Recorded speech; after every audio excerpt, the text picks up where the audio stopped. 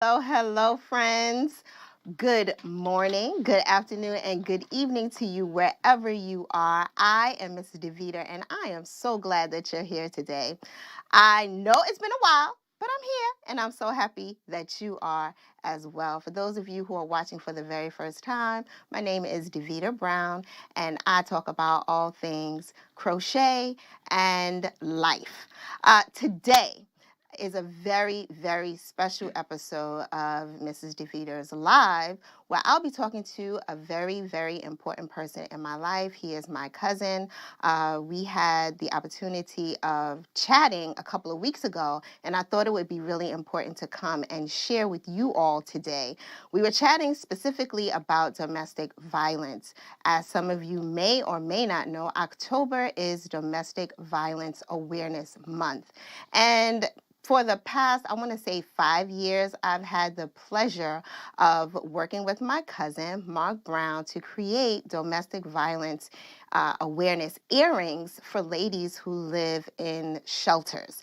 And as we were talking about that, and he placed the order at my pop-up shop that he popped up at. See what I did there? He popped up at. Anyway, he came and we just started talking about domestic violence, and I really wanted to make a platform to have this discussion. According to the National Coalition Against Domestic Violence is the willful intimidation, physical assault, battery, sexual assault, and or other abuse behavior as part of a systemic pattern of power and control perpetrated by one intimate partner against another. Domestic violence has been around for eons. I think it's probably been around since man and woman have been on the planet Earth. And we don't talk about it enough. We don't teach our children about domestic violence. And so I wanted this opportunity to have my cousin Marq share with us today a little bit about his knowledge of domestic violence, why it's important to him that we share these stories and that we speak up about it. I have always written about it on my blog, mrsdeveter.com. You know, I got to do the plugs, y'all. So you can definitely go and check out my blog, and you can see what I've written about domestic violence in the past. But today, I am so happy to introduce to you Marq Brown, who is my cousin by marriage, but he's still my cousin. We have known each other for over 30. Okay, yeah, because me and the husband been married for 25 and we dated 5. Yeah, okay. So we've known each other for quite some time. Can you introduce yourself to the audience and tell them a little bit about your commitment and your activism as far as domestic violence is concerned? Okay. Well, first I want to thank my cousin for having me on this platform. I really think it is important to get this information out because most people view domestic violence as something taboo. We don't talk about that. And I just always want to talk about that. Yeah. I started working in the shelter system back in around 91, 92. I worked at a family shelter for women and children in Brooklyn. And at the time, my only thought process about homeless was the vagrants on the street. Right. But when a bus pulled up and, you know, regular people started coming off, it kind of piqued my interest to do that type of work. While I was there, I worked under a director who had a vision to open up his own facility one day. And he worked very hard to do that. And subsequently, he left the company. I stayed, but we came in contact. When I left that company, he hired me as an employment counselor. And he worked on writing RFPs, requests for proposals, for different, actually for a DV facility, any one. I think he was awarded something like $4.8 million. Wow. You know, so he opened up his first domestic violence shelter. He gave me a job there as a supervisor. And I stayed with that company for many years until I went to work for the largest victim service agency in the nation, which is called Safe Horizon. Right. and I worked in a very small facility, about 9 families, and it was very challenging, but it was rewarding at the same time. Many of the mothers wouldn't gravitate to me. That was going to be one of my questions. As a man working in the domestic violence field, one, what type of training did you have to have? And two, how did you in what ways did you make yourself available to the women so that they wouldn't be afraid of you, for those who, have experienced domestic violence via a man? Well, at that time, I had taken tons of training. The effects of DV on children, vicarious trauma training, just to name a few, but it was just many. And so I went in that company with what I knew from my previous company. I'm thinking this is going to be a shoe-in. And just me speaking, good afternoon, the women looking at me like I had 2 heads. Wow. They weren't used to a male working in that facility because at that time, social services was pretty much, there were more women than men. Female-oriented. Yes. So I was the first male supervisor that Safe Horizon hired. So they didn't understand that. And they really wouldn't speak to me. Wow. And at the time, I used to have supervision with my director, and I used to present that to her, and she told me, you have to find a bridge between what you do here as supervisor and the mothers. And it was challenging in the beginning. Like I said, they wouldn't talk to me. One young lady really let me have it. Wanted to know why I was speaking to her. Wow. How dare I speak to her? But what we found out was I resembled her abuser. Oh, wow. Same complexion, locks, same height. So I was a constant reminder of the abuse she went through. Wow. Subsequently, she left the facility. But it was just very challenging. The way I got in the door was through the children. Through the children. In what way? I played with them all day. They used to call me Daddy Daycare. Aww. I would be in the day room playing on the floor, and my director would be like, "Oh, Mr. Brown, I need that report." But I love kids, so And the kids were very innocent. We wouldn't even say the word shelter around them, so they thought this is just where they lived. Wow. And I lived in the building. I worked in the building where they lived. Wow. Some thought I lived in the building. Excuse me. So that was my end with them, just through the children. And the mothers started to see that I was not the threat. And many of them thanked me for the interaction with their children. One young lady, when she left, she wrote me a letter and said, you're the only male that my son knows. Wow. So that was just how I did it. And I stayed that company over a decade. Wow. So I have collectively 20 years in social services in the shelter system, and I have collectively 14 or 15 years working under the DV component. Got it. So in your own words, what is domestic violence? Like I read a definition of what it is, but in your words, what is domestic violence? I don't know how much time you have. But basically it's the power and control of another individual in an abusive manner. When many people hear domestic violence, they think a male hitting a female, a man hitting a woman.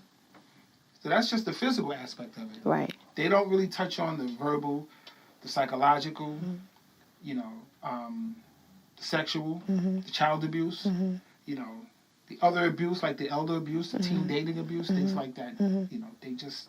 They see it on the surface as a man hitting a woman, and then they never even try to understand why it's happening.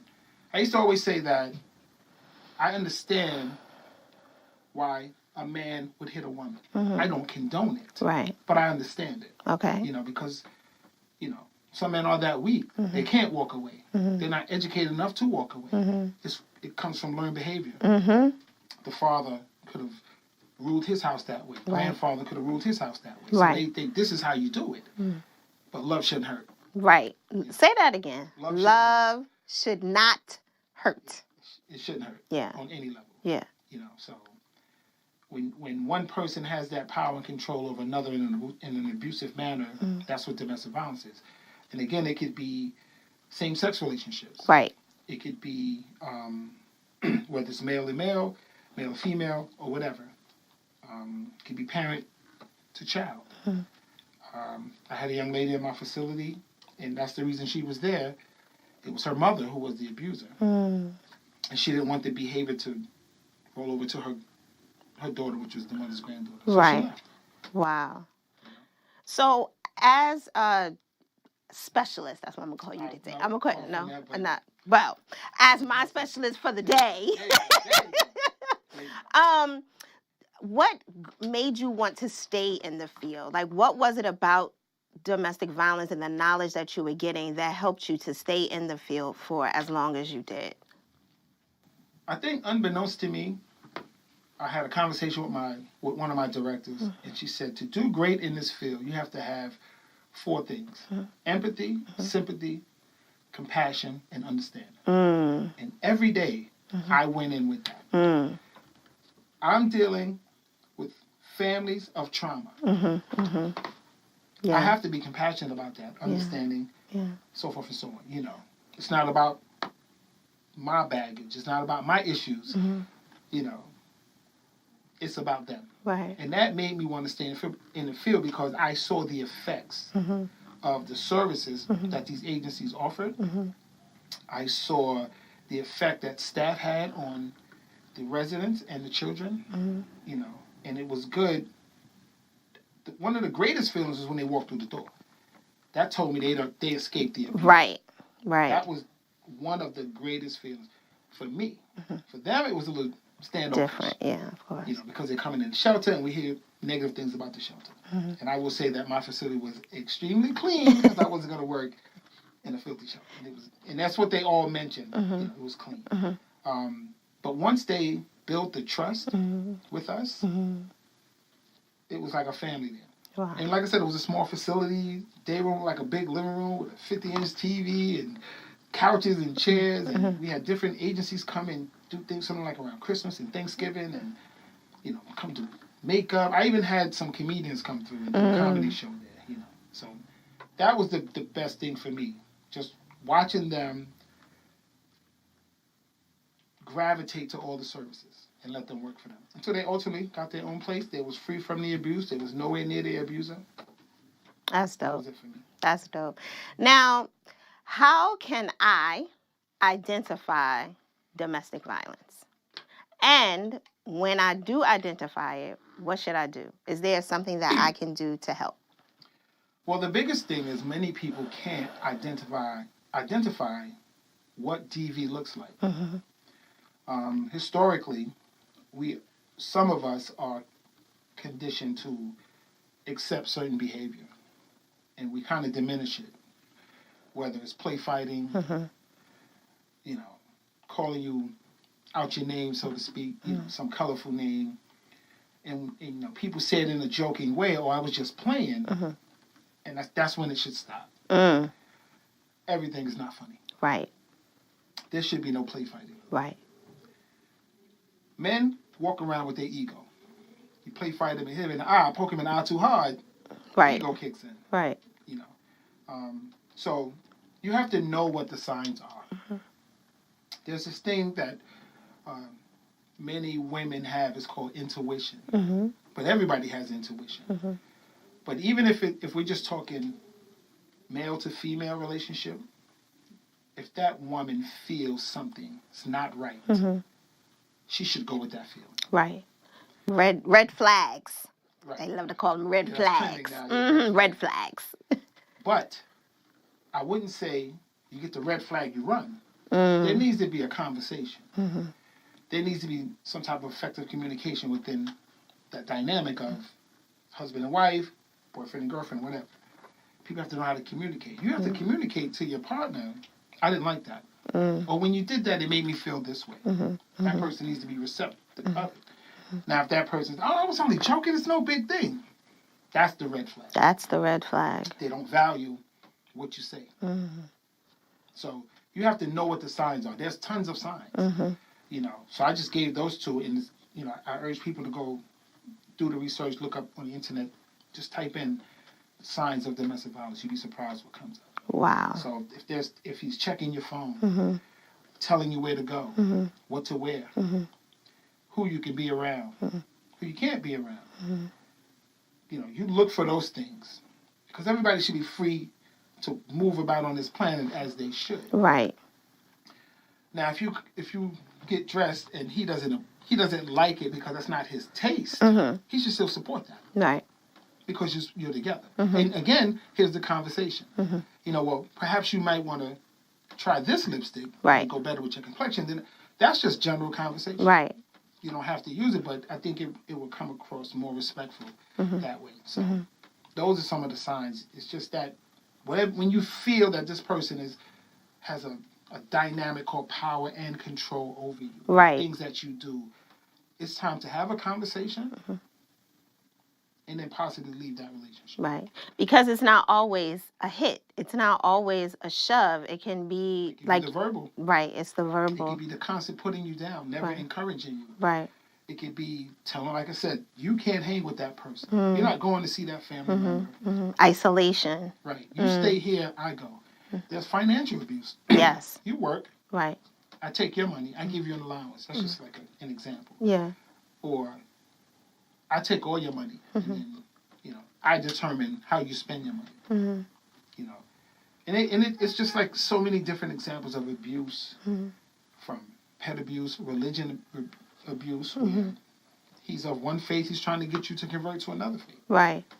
You should be free to have the faith that you should have. Right. Right. So those are some of the signs that you want to look for, and especially when you get that feeling. Mm-hmm. But again, I want to stress this point that you may get that feeling. Mm-hmm. In my opinion, I think when you get the feeling, you have the conversation about it. Right. And if nothing changes, There you go. then you get out of Dodge or wherever you at. Get out of Dodge. Get out of Brooklyn, Awesome. Queens, wherever you at. This is really, really good. You know that I have teenagers, and we're going to have you on Let's Chat with Leah and Deveter. But can you talk a little bit about youth domestic violence or teen domestic violence? In my opinion, in my unofficial expert opinion, I think many kids of this generation of today are influenced by the wrong things. Yeah. And again, I think, especially when it comes to these young men, it's their ego, and it is that peer pressure. Mm. We all dealt with peer pressure.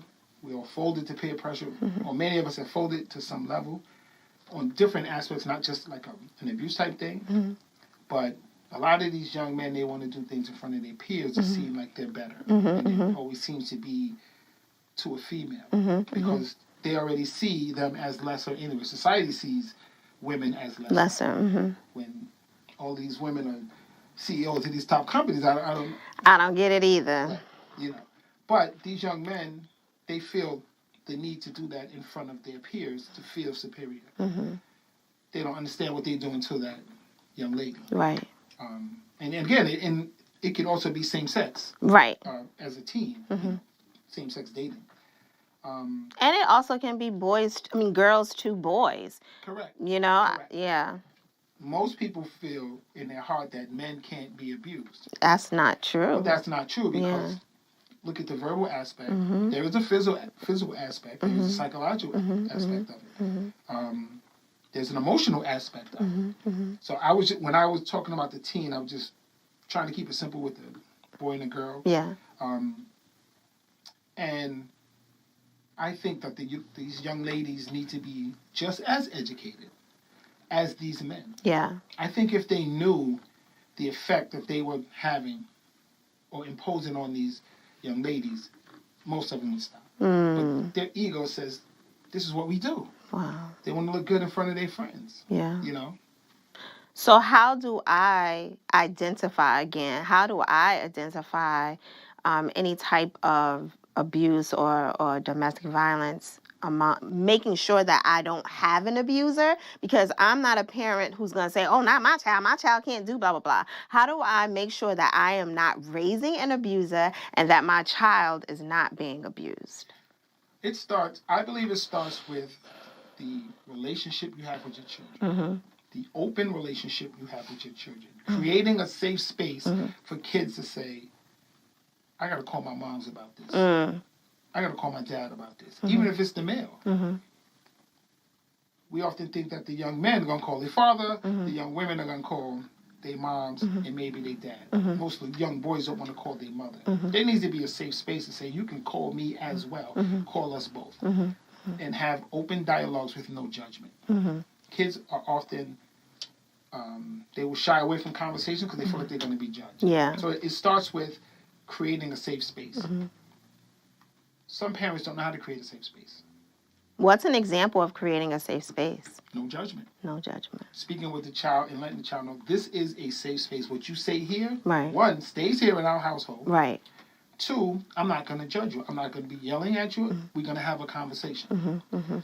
I years ago, I told my son, I said, I'm giving you freedom of expression. And he was young. He said, what is that? I said, I'm allowing you to say what you need to say from your heart. Get it off your chest. Just don't be disrespectful. And that kind of helped our relationship. Okay. You know, we talk about everything now. Yeah. He's older now. So that's how you create the safe space. You have to have that dialogue and let them know you will not be judged here. You know, explain to them or let them explain to you what their perception of being judged is. Sometimes it's the facial expression that you give them while you're talking to them. Right.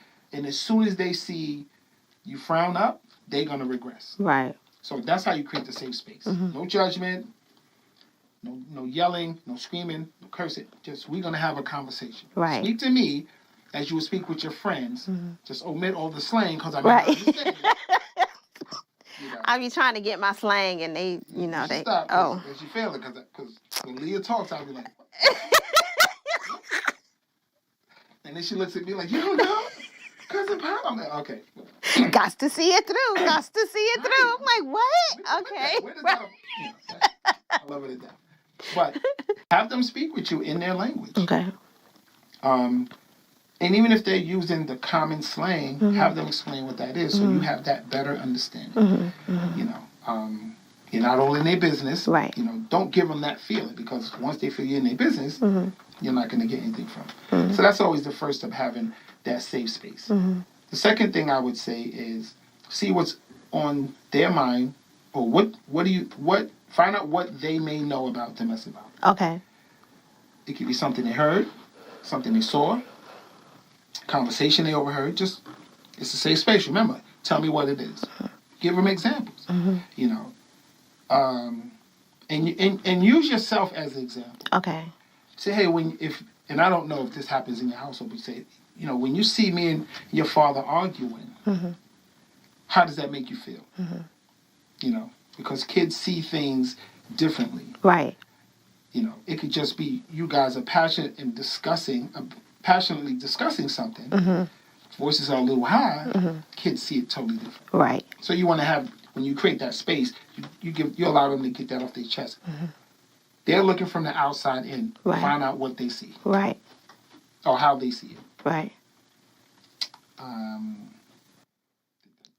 It did. Absolutely did. I think, is there anything else you wanted to share? I think those are really key points, really good stuff.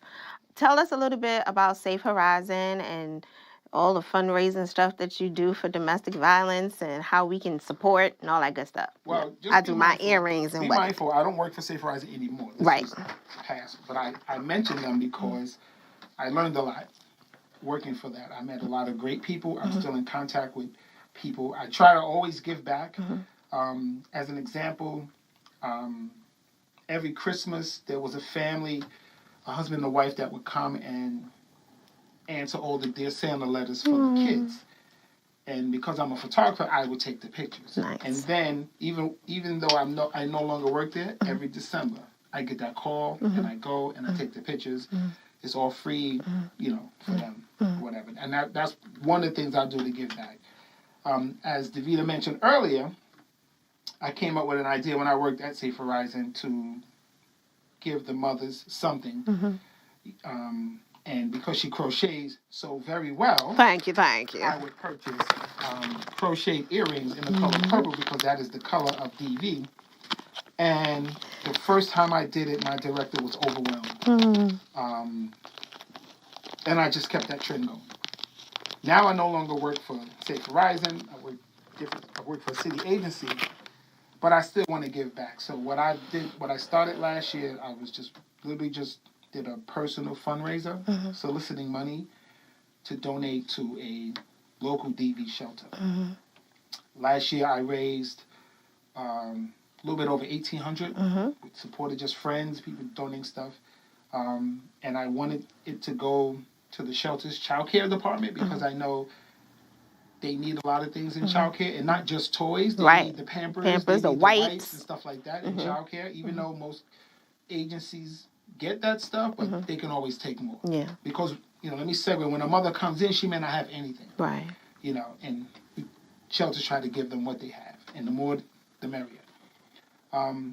But that was around when the pandemic had happened, and a lot of kids were home. They couldn't go to school. So I believe they used the money for that, to help with supply for the kids. And I don't care how they use it. I just wanted to give back and just start something. So this year I'm doing the same thing. I posted it on social media, but for some strange reason, a lot of people weren't seeing it. Kind of, it's called shadow banning, and Facebook did that to me. So everybody doesn't see it as quickly as I want them to. You would have to go on my page or whatever. But I'm still just pushing it out there and having people share it. Okay. My goal was to double the amount, and I want to keep doing that. So I've received some funds, but I'm not at the goal. But I do it to the end of the month. Okay, to the end of October. So how do we give? You can give it. It goes right through through Cash App, or PayPal. I don't know if it's okay to give that. Yeah. Oh, okay. So if it's through Cash App, Cash App, you have to have the $sign, and the letters is WSYBKLLC.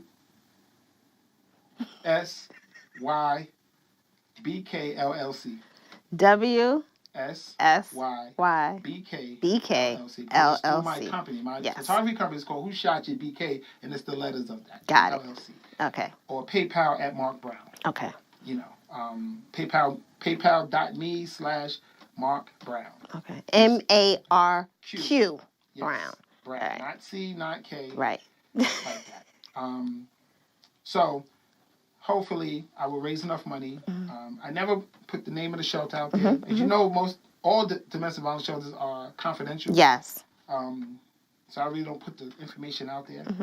The earrings that I purchased are going to a separate shelter, one that I already have a relationship with. I'm actually going there tomorrow to meet with the director, and then present the earrings. They were overwhelmed when I told them what I was doing.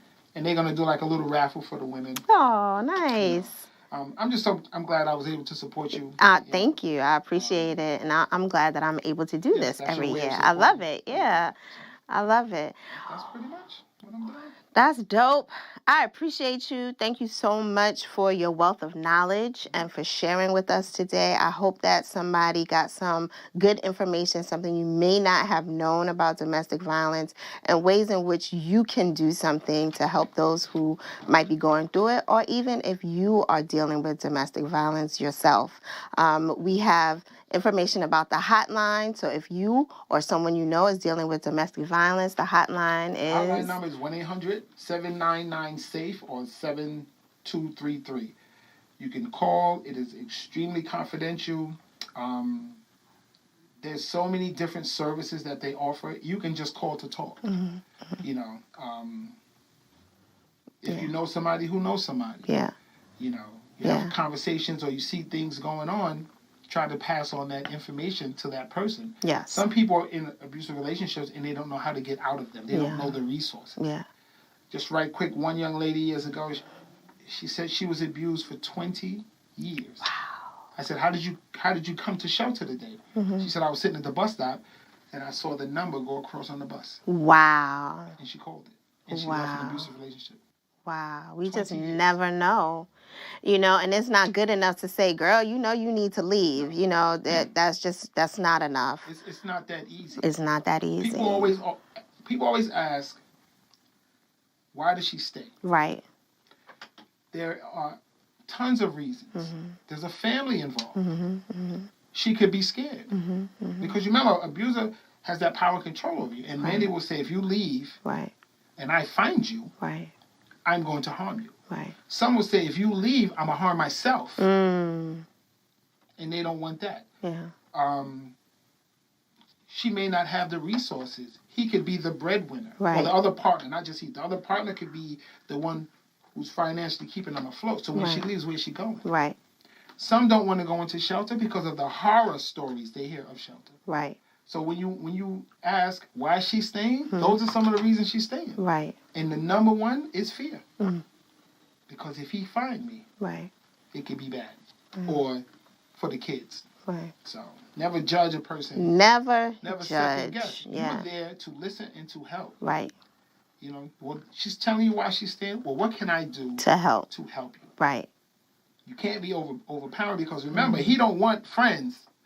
You know, he see you as the nosy girlfriend, the nosy boyfriend. He don't want that because you're taking his power and control. I say, when you're ready, leave and don't look back. Another problem with leaving is you leave everything. You leave your family, you leave your friends. So the mothers that were in the shelters, when Mother's Day came around, when Christmas and Thanksgiving, they can't take the child to go see the mother because he knows where she lives. And that's dangerous. And that was hard for them. Those holidays were very hard. And unfortunately, around the festive season, which starts like October, the suicide rate went up. Goes up. Wow. It does. You know, because they feel they have nothing. So what do we do in shelter? We give them a great Christmas. We give them a great Halloween. We do Easter egg. Like when I worked there, we did it all. And I loved Safe Horizon for that. And I'm always going to love them. And I'm not taking nothing away from the other organization that I work because they all do that type of work. Wow, that's awesome. Thank you again. I know we could talk for hours about this, but we don't have hours because we don't want to wear you all's patience. Thank you all so much for hanging out with us today. Thank you, Marq Brown. Appreciate you. Please go and support his fundraiser. The information will be included on the post so you can get it and be able to share wherever you have. Wherever you have helps. We really appreciate it. Thank you again for hanging out with me. I am Mrs. Deveter, and I hope to see you all again very soon. Tell them wear purple. See, y'all see, there's a reason I'll be doing stuff on purpose. Purple is the color of Domestic Violence Awareness Month. So put on your purple and support. Thank you, guys. Talk with you soon. Bye.